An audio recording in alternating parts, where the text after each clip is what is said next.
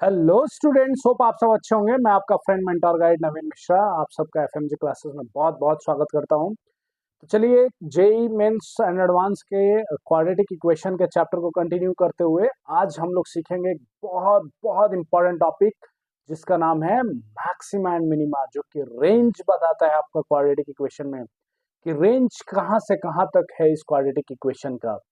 उसके लिए जो आपको बेसिक कॉन्सेप्ट चाहिए वो चाहिए सिर्फ वर्टेक्स का नॉलेज, और उस वर्टेक्स का नॉलेज से आप पूरा का पूरा रेंज इजीली आइडेंटिफाई कर सकते हैं और बता सकते हैं।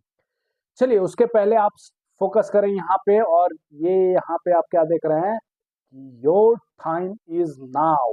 अभी तक आप प्रिपरेशन में जहां भी हो, कहीं भी हो, आपका हो रहा हो ना हो रहा हो, बट अभी से इस वक्त से ये समझिए कि this is for you, this time is for you, and now you have to show yourself. Okay, so चाहे जहां भी अटके हुए थे, अभी से स्टार्ट करना है और लग जाना है और अपने लक्ष्य को पाना है।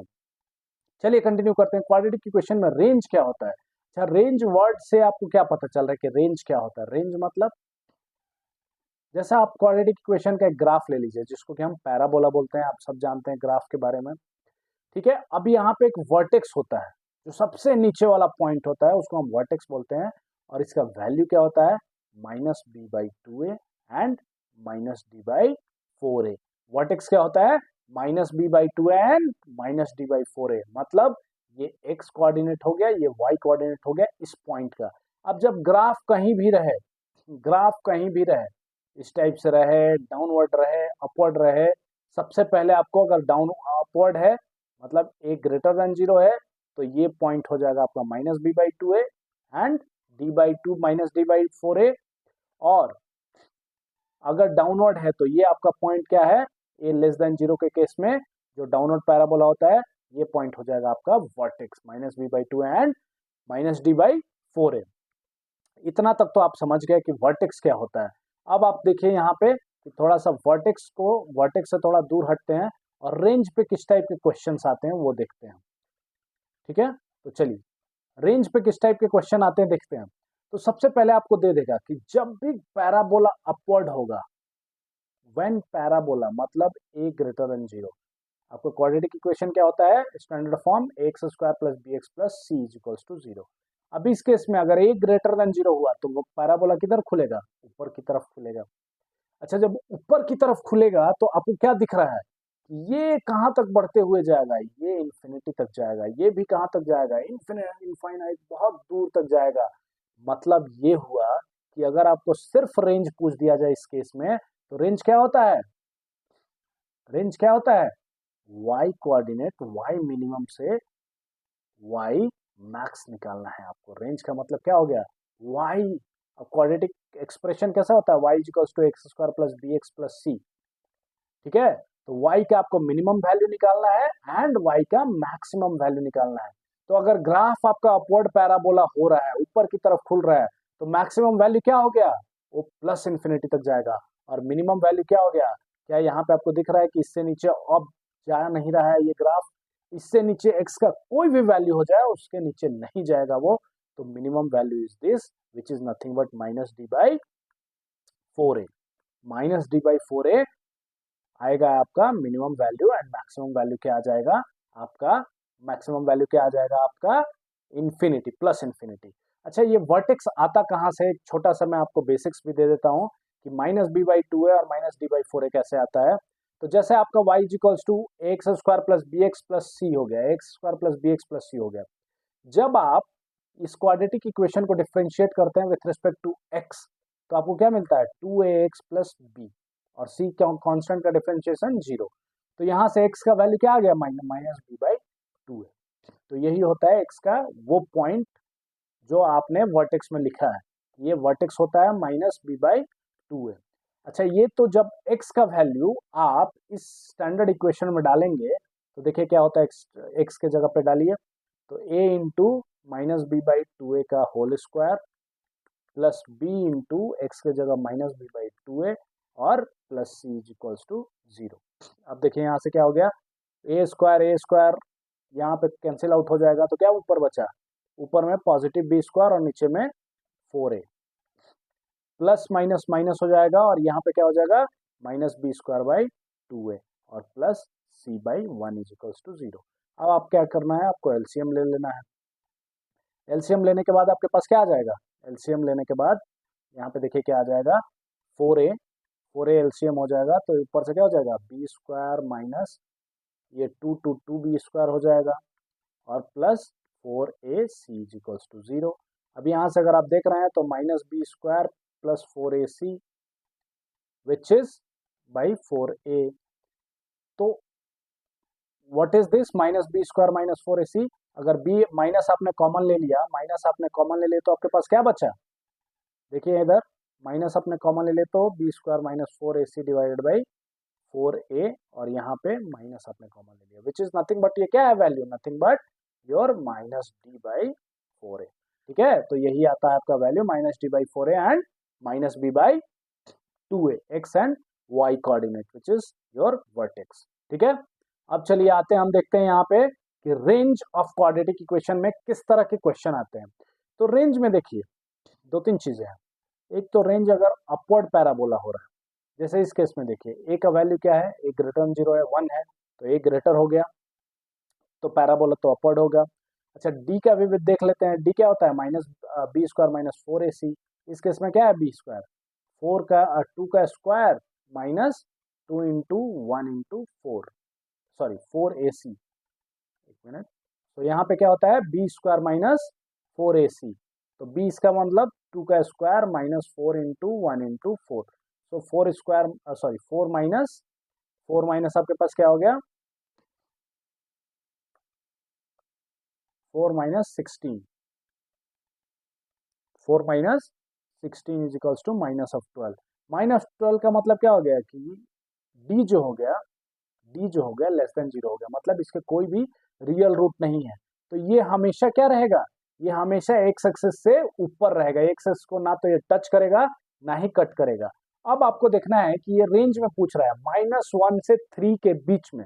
अब ये देखना है कि -1 और 3 किधर आएंगे, ये अल्फा एंड बीटा दो रूट्स दे दिया, अल्फा एंड बीटा इसका जो रूट्स है, मान लीजिए कि 1 और 3 इसके रूट्स हैं सपोज, तो ये वर्टेक्स का वैल्यू क्या होगा, तो वर्टेक्स का वैल्यू आप निकाल लीजिए minus B by 2a, minus B by 2a, तो माइनस बी क्या हो जाएगा -2 बाई 2 इंटू 1 और डी का वैल्यू क्या हो जाएगा -12 -12 बाई 4 इंटू 1, तो यहाँ पे आपका वर्टेक्स क्या आ गया -1 कॉमा, ये तो माइनस माइनस प्लस हो जाएगा 3, -1 कॉमा 3 आ गया। अब देखिए कि -1 यहाँ पे जो आपका वर्टेक्स आ रहा है -1 एंड 3 आ गया, तो अभी क्या ये -1 इसके रेंज जो पूछ रहा है उसके बीच आ रहा है, तो नहीं, तो -1 कहाँ आएगा यहाँ पे, देखिए मान लीजिए वर्टेक्स -1 पे आ रहा है एंड 3 पे, तो 1 और 3 किधर होगा, ये जिसके बीच में रेंज पूछ रहा है, तो 1 इधर होगा 3 इधर होगा, ये 1 होगा ये 3 होगा। अच्छा 1 और 3 पे आप देखिए 1 पे ग्राफ यहाँ पे कट कर रहा है और अगर ये एक्सटेंड होगा तो 3 पे यहाँ पे ग्राफ कट करेगा, मतलब इस रेंज में सिर्फ आपसे इस पैराबोला के बारे में पूछा गया है, किस रेंज में, इस रेंज में, इसमें बताइए कि 1 के ऊपर 1 और 3 के बीच में मिनिमम और मैक्सिमम वैल्यू क्या होगा। तो जब आपने देख लिया कि मिनिमम जो इसका कोऑर्डिनेट का वैल्यू है वो इस रेंज के बाहर है, वो इस रेंज के क्या है बाहर है, तो जो मिनिमम मिलेगा वो इस पॉइंट पे मिलेगा और जो मैक्सिमम मिलेगा वो इस पॉइंट पे मिलेगा। तो कुछ नहीं करना है आपको, 1 और 3 दोनों को वैल्यू y में डाल दीजिए, तो y is equals to 1 square plus 2 into 1 plus 4, कितना आ गया 4 2 6 1 7, तो मिनिमम वैल्यू आपका आ गया 7 और y मैक्स क्या आ गया 3 पे डालिए तो 9 प्लस 6 प्लस 4 10 19, तो आपका रेंज क्या आ गया, रेंज इज कहां से कहा, आप देखिए क्लोज इंटरवल दिया है ग्रेटर देन इक्वल टू, तो आप लिखेंगे क्लोज इंटरवल के लिए 7 to 19 इज योर रेंज। ठीक है, काफी आसान है, समझ में आपको क्या निकालना है, सबसे पहले देखना है कि ग्राफ अपवर्ड है कि डाउनवर्ड है, दूसरा देखना है कि डी का वैल्यू क्या आ रहा है, थर्ड इसके कोऑर्डिनेट जो वर्टेक्स है उसको आइडेंटिफाई करना कि वर्टेक्स कितना पे है, और फाइनली आपका जो रेंज निकालना है। एक और क्वेश्चन देखिए, इसमें क्या दे रहा है, देखिए यहाँ पे a लेस देन 0 है, तो आपका पता चल गया कि पैराबोला क्या है, डाउनवर्ड है। अब d का वैल्यू एक बार निकाल लीजिए, d का वैल्यू क्या हो जाएगा, माइनस बी स्क्वायर, मतलब बी स्क्वायर मतलब क्या हो गया, -2 का स्क्वायर -4 इंटू -1 इंटू 3। तो यहाँ पे देखिए 4 माइनस, यहाँ पे क्या हो जाएगा, माइनस माइनस प्लस हो जाएगा, एंड 4 इज 12 इज 16, डी 16 मतलब डी ग्रेटर देन 0 हो गया, तो 2 कट करेगा, इतना भी हमें पता चल गया। अब तीसरा और क्या हमें निकालना है, इसका वर्टेक्स निकालना है कि वर्टेक्स क्या क्या होगा। तो -b/2 है, -b/2 है, माइनस बी क्या है, माइनस ऑफ -2/2 इंटू -1, तो ये क्या हो जाएगा, माइनस एक ऊपर कैंसिल हो गया, एक से एक कैंसिल हो गया, -1 अगेन एक वर्टेक्स हो गया, और d/4 है, -d/4 है, तो -16/4 इंटू -1, तो माइनस से माइनस, 4 से 4, सो -1 एंड 4 इसका ये आ गया। अगर देखिए ये क्या हो गया आपका, अभी यहाँ पे कुछ रेंज हमें दिया नहीं है कि इसके इसके बीच निकालो, तो इसके इसके बीच जब नहीं दिया है तो हमारा जो मिनिमम वैल्यू क्या हो जाएगा, माइनस इन्फिनिटी, क्योंकि ये ग्राफ कहाँ तक जा रहा है, बढ़ते हुए माइनस इन्फिनिटी तक जा रहा है। और हाईएस्ट वैल्यू क्या जा रहा है, क्या इसके ऊपर ग्राफ कभी जा सकता है, तो चाहे कुछ भी हो जाए इसके ऊपर नहीं जाएगा, किसके ऊपर, y इज इक्वल्स टू 4 के वैल्यू के ऊपर।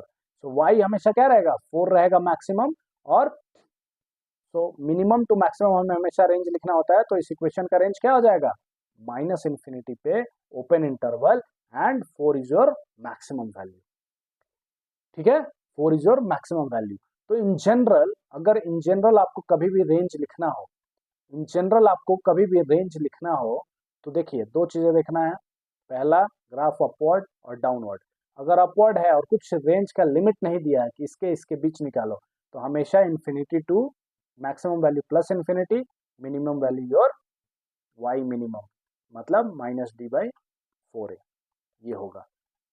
तो रेंज इसका क्या आ जाएगा, रेंज इस केस में क्लोज इंटरवल एट -d/4 है, एंड ओपन इंटरवल एट ये रेंज आ जाएगा इन केस अगर ये a ग्रेटर देन 0 है। तो अगर a लेस देन 0 है तो क्या रेंज आ जाएगा, और अगर कुछ भी इंटरवल नहीं दिया है कि इसके इसके बीच बताओ, तो देखो ये सबसे मिनिमम क्या हो जाएगा, माइनस इन्फिनिटी, और मैक्सिमम क्या हो जाएगा, -d/4 है। तो इस केस में आपका रेंज क्या बन जाएगा, माइनस इन्फिनिटी से -d/4 है। ये तो तब केसेस हो गए जब आपको कोई भी रेंज लिमिट नहीं दिया है। लेकिन लेकिन एक और चीज यहाँ पे हम बहुत ही ध्यान से हमें देखने की जरूरत है कि अगर अगर हमें रेंज लिमिट दिया हो, अगर हमें रेंज लिमिट दिया है कि 3 से 5 के बीच निकालो, और -b का एक कोऑर्डिनेट -b/4 है, मतलब x 5 आ रहा है, 4 आ रहा है, और y का कुछ भी वैल्यू आ रहा है, ठीक है, 10 आ रहा है, जो भी आ रहा है, ये आपके क्या हो गए, वर्टेक्स हो गए।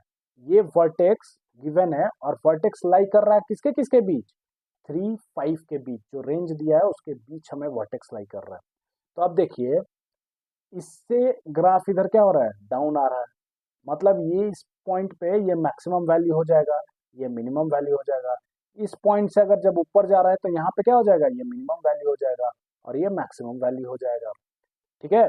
तो आपको ये 3 अगर पॉइंट दिया है और -b/2 है, जिसका वैल्यू अगर इन दो इंटरवल के बीच लाई कर रहा है, तो आपको क्या करना है, कुछ ज्यादा नहीं करना है, आपको इस पॉइंट पे वैल्यू निकाल लीजिए, इस पॉइंट पे वैल्यू निकाल लीजिए, और फाइनली इस पॉइंट पे वैल्यू निकाल लीजिए। तीनों पॉइंट पे आपको वैल्यू चेक करना है, और जो भी मिनिमम आ जाए, जो भी मिनिमम एंड मैक्सिमम आ जाए, वही आपका रेंज हो जाएगा।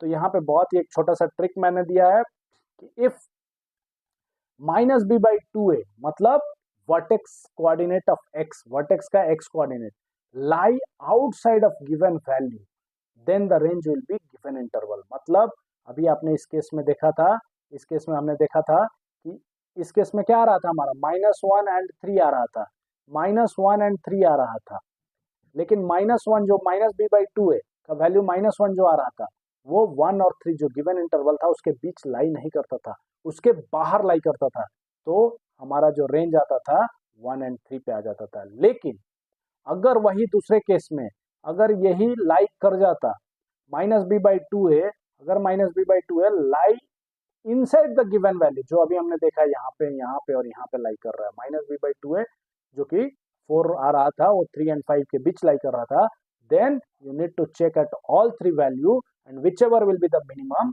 और maximum, you have to make that as a range. Hope आप सबको ये समझ में आया होगा। Thank you so much for being with me.